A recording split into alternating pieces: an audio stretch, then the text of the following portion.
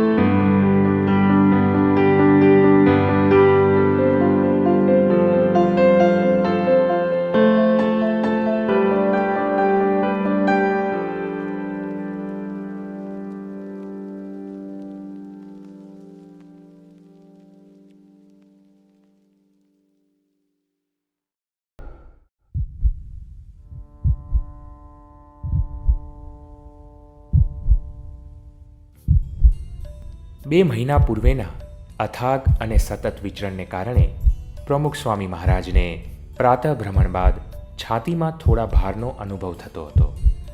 તારીખ 17/6/98 સાંકરીમાં સ્વામીશ્રીનો ECG report લેવામાં આવ્યો. મુંબઈના હૃદય રોગના નિષ્ણાંત ડૉક્ટર અશ્વિન મહેતાને તે રિપોર્ટ બતાવતા તેઓએ કહ્યું, આગળનો બધો જ કાર્યક્રમ રદ કરીને મુંબઈ આવી જાઓ. અને ડૉક્ટરે એવી સલાહ આપી સ્વામીશ્રીને કે સ્વામીશ્રી, આ પ્રકારના જો દર્દીઓ અમારી પાસે આવે તો અમે તાત્કાલિક એને હોસ્પિટલમાં દાખલ કરી દઈએ અને સદંતર આરામ કરવાનું જાણ કરીએ. આવા દર્દની ઉપેક્ષા ન કરાય. પણ સ્વામીના મનમાં નક્કી જ હતું કે આપણે આગળનો પ્રોગ્રામ ચાલુ રાખવો છે. તો સ્વામી કે ના આવવું પડે કે પ્રતિષ્ઠા છે, છાત્રાલયનું ઉદ્ઘાટન છે, પ્રતિષ્ઠા છે. સ્વામીશ્રી એક વાક્ય બોલ્યા કે ભગવાનની ઈચ્છાથી વાંધો નહીં આવે, તમે બધા ધૂન પ્રાર્થના કરજો. આવું વાક્ય બોલીને સ્વામીશ્રીએ ત્યાં ધુલિયા જવાનો પ્રોગ્રામ ચાલુ રાખ્યો. સ્વામીશ્રી જેવા અહીંયા પધાર્યા ધુલિયા છાત્રાલયમાં અને સ્વામી થાકી ગયા હતા. આપણે જાણીએ છીએ કે આજ સુધી સ્વામીશ્રી કોઈ ગામથી બીજે ગામ આવ્યા હોય ત્યાં થોડીક વાર બેસે, પૂજ્ય વિવેક સાગર સ્વામી વિચરણનો થોડોક રિપોર્ટ આપે, સ્વામીશ્રી મુખ્ય 2-5 હરિભક્તોને મળે, આશીર્વાદ આપે, થોડીક બધાને પગે લાગી જવા દે, 5, 15, 20, 50 હોય. પણ સ્વામીશ્રી થાકી ગયા હતા એટલે સીધી અમને આરામમાં જ જવાની રુચિ હતી. પણ આ જે યજ્ઞમાં ન ગયા અને સીધા આરામમાં ગયા એ જ બતાવે છે કે આપણને સ્વામીશ્રી દુખાવો કેટલો હશે. અને બીજું કે જ્યારે સ્વામીશ્રી સાંજે છાત્રાલય જવા માટે નીકળ્યા તો જનરલી સ્વામી હાથ પકડીને બધે ફરતા હોય છે, પણ આજે સ્વામીશ્રી આ રીતે વ્હીલચેરમાં બેસીને આખી છાત્રાલય જોઈ હોય તો આ શરૂઆતનો પ્રસંગ, પહેલો પ્રસંગ છે. સ્વામી સૌ પ્રથમ વાર જ આવી રીતે વ્હીલચેરમાં બેસીને આખી છાત્રાલય જોઈ. હરિમંદિરની પ્રતિષ્ઠા કરવા સ્વામીશ્રી જાતે પધાર્યા.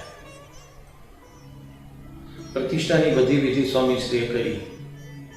હવે મંદિર કેવું હતું એ તો આપણે જાણીએ છીએ કે ઉપર સીલિંગ નહીં, નીચે ફ્લોરિંગ નહીં, સાઈડમાં કોઈ દિવાલ નહીં, પણ સ્વામીશ્રીએ બધી જ વિધિ કરી, પ્રતિષ્ઠા કરી અને ત્યાર પછી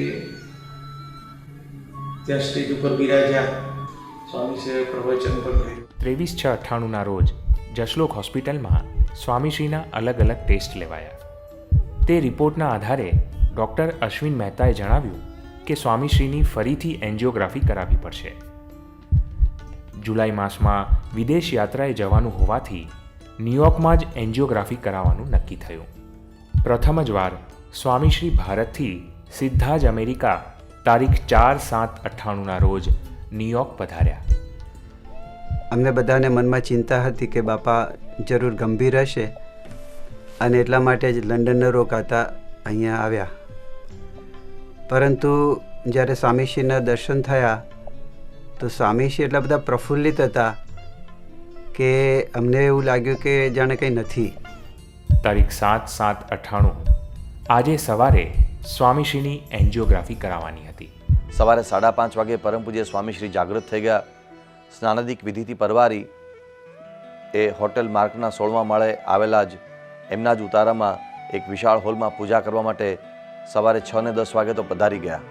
અને સવારે 6:10 વાગે સ્વામીશ્રી પૂજા કરવા માટે બિરાજ્યા ત્યારે અત્યંત સ્વસ્થ, અત્યંત ફ્રેશ અને અત્યંત આનંદમાં હતા.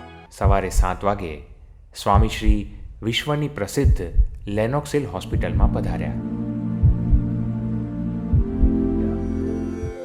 एषा ब्राह्मी स्थितिः संतो गुणातीतश्च मोक्षदः श्रोत्रियश्च स्थितप्रज्ञ एष मे प्रमुखो गुरु. અમે જ્યારે ત્યાં પધાર્યા ત્યારે સ્વામીશ્રીની એન્જિયોગ્રાફી થાય તે પહેલાં કેટલીક પ્રાથમિક વિધિ શરૂ થઈ ગઈ. આમ તો આ હોસ્પિટલમાં પરમ પૂજ્ય સ્વામીશ્રીની સમગ્ર મર્યાદા જળવાય તેવી રીતે હોસ્પિટલમાં ખૂબ સુંદર વ્યવસ્થા કરવામાં આવી હતી. થોડી વારમાં આ બધી પ્રારંભિક વિધિઓ પૂરી થઈ એટલે ડૉક્ટર જેફરી મોસેસ અને ડૉક્ટર વિલિયમ શ્વોર્ટ્ઝ આવી ગયા.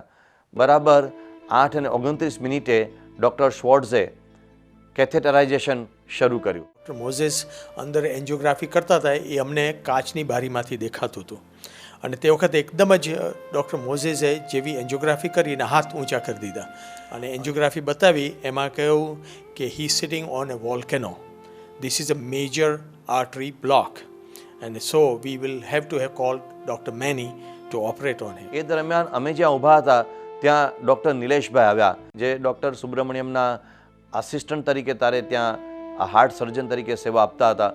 અને એ ડૉક્ટર નિલેશભાઈ આવ્યા અને એ તો પૂજ્ય વિવેક સાગર સ્વામીના પગ પકડી અને રડવા જ માંડ્યા. અમે પણ ગભરાઈ ગયા કે શું થઈ ગયું. એક બાજુ અમને સ્વામીશ્રી પણ દેખાતા હતા કાચમાંથી. સ્વામીશ્રી તો બહુ સ્વસ્થ હતા અને આ ડૉક્ટર નિલેશભાઈ એકદમ પૂજ્ય વિવેક સાગર સ્વામી પાસે એકદમ ભાવાવેશ થઈ ગયા. અમે બહાર આવ્યા ત્યારે ડૉક્ટર જેફરી મોસેસ અને ડૉક્ટર વિલિયમ સ્વોર્ડ્સ એ એમ કહી રહ્યા હતા કે પરમ પૂજ્ય સ્વામીશ્રીની સ્થિતિ ખૂબ જ નાજુક છે.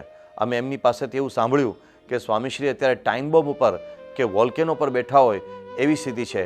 At any moment it may blast. એ કંઈ પણ થઈ શકે છે, કંઈ પણ પરિસ્થિતિ વિપરીત બની શકે છે. અને એમણે એમ કહ્યું ડૉક્ટર વિલિયમ સ્વોર્ડ્સે કે જો મારા પિતા આ સ્થાને હોય તો હું આને આ જ ક્ષણે હમણાં ને હમણાં જ એમની સર્જરી કરાવી નખાવું. આવું ખૂબ ચિંતાભર્યું અને ખૂબ ગંભીર વાતાવરણ થઈ ગયું. કેટલાકની આંખમાં આંસુ આવી ગયા કે પરમ પૂજ્ય સ્વામીશ્રીની સ્થિતિ કેટલી ગંભીર છે. એ પરિસ્થિતિ જ સૌને વધારે ચિંતાગ્રસ્ત કરી મૂકે તેવી હતી. આ દરમિયાન અમે અંદર જોયું તો અંદર તો કંઈક વાતાવરણ અલગ હતું. પરમ પૂજ્ય સ્વામીશ્રી તો હજુ કેથેટરાઇઝેશનના ટેબલ ઉપર આરામ જ કરી રહ્યા હતા અને સામે ઠાકોરજી પધરાવ્યા હતા. એની સામે ખૂબ સુંદરતાથી એક બાળક નિરખે તે રીતે સ્વામીશ્રી દ્રષ્ટિ કરીને આમ દર્શન કરી રહ્યા હતા અને ખૂબ સ્વસ્થ હતા. એમના મુખ ઉપર કોઈ ચિંતા પણ દેખાતી નહોતી. અને તે સમયે ત્યાં અંદર ડૉક્ટર જ્હોન અને બીજા એક બે આસિસ્ટન્ટ ડૉક્ટર ત્યાં ઊભા હતા અને એ બધાએ પૂર્વે પૂજ્ય યોગીચરણ સ્વામી સાથે કેટલોક વાર્તાલાપ કર્યો હતો. અને યોગીચરણ સ્વામી અંદર પણ હતા કેથ લેબમાં. એટલે એમણે જોયું કે યોગીચરણ સ્વામી તો ખૂબ આ કાર્ડિયોલોજીના જાણકાર છે. એટલે એમની સાથે વાર્તાલાપ કરતાં કરતાં એમને એવું જ થયું કે આ બધા જ સંતો આવા વિદ્વાન હશે. અંદર પૂજ્ય કૃષ્ણ વલ્લભ સ્વામી પરમ પૂજ્ય સ્વામીશ્રીની નિજ સેવામાં હતા. એટલે એમને એમ લાગ્યું કે જેમ યોગીચરણ સ્વામી જાણકાર છે અંગ્રેજી ભાષાના અને આ બધા જ્ઞાનના, એ રીતે આ પણ જાણકાર હશે. એટલે એ બધા પૂજ્ય કૃષ્ણ વલ્લભ સ્વામી સાથે કંઈક વાર્તાલાપ કરવા માંડ્યા. અને કૃષ્ણ વલ્લભ સ્વામી તો અંગ્રેજી ભાષાના કંઈ એવા જાણકાર નથી. એટલે એ એમની એવી કાઠિયાવાડી શૈલીમાં એમ કહેવા લાગ્યા કે ઊભો રહે ને, અહીંયા કાંઈ સમજાતું નથી તો શું કહે છે. એ જેને સમજાય છે એ બહાર ગયા છે ને અહીં તો અમે બધા અભણ છીએ. પણ એ કૃષ્ણવલ્લભ સ્વામીની ભાષા કે એમની વાત પહેલો સમજી શકે. એટલે આપણને તો હવે ઇંગ્લિશમાં શું આવીને બોલી ગયો કે બહુ ખબર પડે નહીં. તો એક પર સ્વામી હતા ને હું હતો ને કંઈક ઇંગ્લિશમાં પૂછ્યું એટલે કંઈ ખબર તો પડે નહીં. એટલે સ્વામી હતા. અને એ આખું જે દ્રશ્ય સર્જાયું તો બાપા ત્યાં થિયેટરમાં જ હતા ને એટલા ખડખડાટ હશે આટલી સિરિયસ કન્ડિશનમાં. અને બાપા હસતા હતા, ગમત કરતા હતા. અને સ્વામીશ્રી એટલા બધા ખડખડાટ હશે કે આ ડૉક્ટર જ્હોન અને બીજા ત્યાં અંદર જે કંઈ સ્ટાફમાં હતા ટેકનિશિયનો, એ બધાને એટલું બધું આશ્ચર્ય થયું કે આ કેથેટરાઇઝેશનના ટેબલ ઉપર ગમે તેવા શૂરવીર ને બહાદુર બધા જે પેશન્ટ આવ્યા હોય એ બહુ ચિંતાગ્રસ્ત હોય, ત્યારે સ્વામીશ્રી તો ખડખડાટ હશે છે, એક બાળકની જેમ ખડખડાટ હશે છે. અને સ્વામીશ્રીનું ઉદર ઉછળતું હતું. અમે પણ એ જોઈને આમ અમે પણ આનંદ પામી ગયા. તો એવું એક બાજુ અંદર સમગ્ર ચિંતા મુક્ત વાતાવરણ હતું. બધા હવે આગળ શું કરવું એ માટે જરા ચર્ચા કરી રહ્યા હતા. એટલે બધાએ નક્કી કર્યું કે તાત્કાલિક ઓપરેશનની વ્યવસ્થા માટે ડૉક્ટર સુબ્રમણ્યમ સાહેબને કહીએ. Doctor V.A. સુબ્રમણ્યમ એ આ જ હોસ્પિટલમાં કાર્ડિયોલોજી વિભાગના અધ્યક્ષ તરીકે કામ કરતા હતા અને આખા વિશ્વમાં એક કાર્ડિયાક સર્જન તરીકે એમનું ખૂબ મોટું નામ. જ્યારે સ્વામીને આ સમાચાર આપ્યા તો આપણને બહુ આશ્ચર્ય થાય. સ્વામી સહજ બોલ્યા કે કરી નાખવાનું, કોઈ જાતનું ગભરાટ નહીં, કોઈ શું થશે કેમ કે કોઈ પ્રશ્ન નહીં.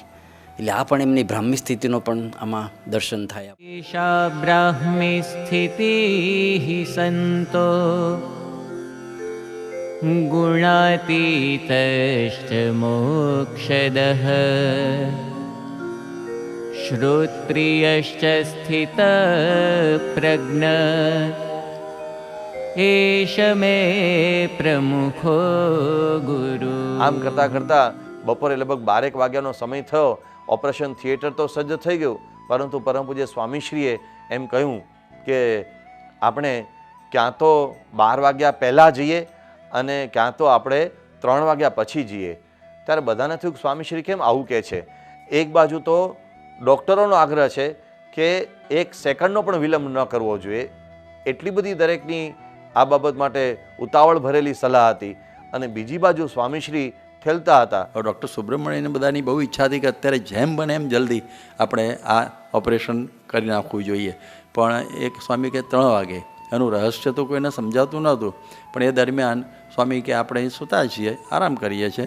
અને એ વખતે પૂજ્ય અક્ષરવત્સલ સ્વામીને કહ્યું કે તમે વાંચો ચરિત્રામૃત સાગર, હરિલીલામૃત ને બધું હતું સાથે, એટલે તમે એમાંથી બધું વાંચો. તો સ્વામી તો જાણે કંઈ થવાનું નથી, કંઈ થયું નથી ને એવી રીતે શાંતિથી એ સાંભળતા હતા. કોઈ ઉદ્વેગ કે ઉચાટ કશું જ નહીં. અને એ વખતે બાપાને જ્યારે રૂમમાં લાવવામાં આવ્યા એટલે બાપાએ આજ્ઞા કરી કે અક્ષરવત્સલ સ્વામીને કે આપ વાંચન શરૂ કરો. અને વાંચન શરૂ થયું અને જ્યારે 12 વાગ્યાનો સમય થયો ત્યારે એમને ઓપરેશન થિયેટરમાં લઈ જવા માટે આવ્યા. એટલે બાપાએ કહ્યું કે ના, આપણે અત્યારે વાંચન ચાલુ રાખો, આપણે થોડો વખત વાંચન ચાલુ રાખો, એવી વાત કરી બાપાએ. ને એમ કરતાં કરતાં 3 થી 4 વખત પહેલાં લોકો આવ્યા લેવા માટે, પણ સ્વામીએ કહ્યું કે ના, આપણે વાંચન ચાલુ રાખો. આમ 3 વાગ્યા સુધી બાપાએ ખેંચ્યું અને 3 વાગ્યા પછીથી સ્વામી કહે કે હવે આપણે તૈયાર છીએ જવા માટે. અને એ રીતે બાપાને ત્યાં લઈ જવામાં આવ્યા. અને પછી મેં સ્વામી બાપાને પૂછ્યું કે બાપા, આ તો તાત્કાલિક સર્જરી કરવાની હતી ને આપણે ડિલે કેમ કર્યું? તો સ્વામીશ્રી એવું બોલ્યા કે ઠાકોરજીનો એ બપોરનો આરામનો સમય હતો ને એ સમય દરમિયાન ઠાકોરજીને ખલેલ ન પહોંચે એટલા માટે આપણે આ ઠેલ્યું હતું. કેટલી બધી આમ પરાકાષ્ઠા કહેવાય કે પોતાનો જીવનો જોખમ હતો પણ દેહનો, છતાં પણ હરિકૃષ્ણ મહારાજને તકલીફ ન પડે એ આ પ્રસંગમાં આપણને જોવા મળે. અને 3 વાગ્યાનો સમય થયો ત્યારે સ્વામીશ્રી સજ્જ થયા. બરાબર 2:50 વાગે પરમ પૂજ્ય સ્વામીશ્રીને પલંગ ઉપરથી સ્ટ્રેચર પર લીધા. આ દરમિયાન હરિકૃષ્ણ મહારાજ આરામ કરીને સજ્જ થઈ ગયા હતા, આરામ કરીને જાગૃત થઈ ગયા હતા. પરમ પૂજ્ય સ્વામીશ્રીની સૂચના અનુસાર હરિકૃષ્ણ મહારાજને મેવો ધરાવી દેવામાં આવ્યો હતો, જળ ધરાવી દેવામાં આવ્યું હતું. અને સ્વામીશ્રીએ ખાસ કહ્યું હતું કે ઠાકોરજીને ઓપરેશન થિયેટરમાં સાથે લઈ જવા છે. એટલે અદ્યતન આધુનિકતમ સ્ટ્રેચરમાં સ્વામીશ્રીને પધરાવ્યા અને સ્ટ્રેચર ચાલે એની આગળ ઓપરેશન થિયેટર તરફ ઠાકોરજી પણ ચાલે. અને ઓપરેશન થિયેટર હોસ્પિટલના 10મા માળે હતું. તો સ્વામીશ્રી લિફ્ટ દ્વારા 10મા માળે ઓપરેશન થિયેટર પાસે પધાર્યા અને ઓપરેશન થિયેટર બહાર અમે બધા સાથે સાથે ચાલતા હતા. ત્યાં થોડીક ક્ષણો માટે સ્ટ્રેચર થંભાવવામાં આવી અને સ્વામીશ્રીએ પોતે 2 હાથ જોડી અમને બધાને જય સ્વામિનારાયણ કર્યા, અમને બધાને આશીર્વાદ આપ્યા અને પછી હોસ્પિટલમાં ઓપરેશન થિયેટરમાં અંદર સ્ટ્રેચર પર પ્રવેશી અને ઠાકોરજી પણ અંદર પ્રવેશ્યા.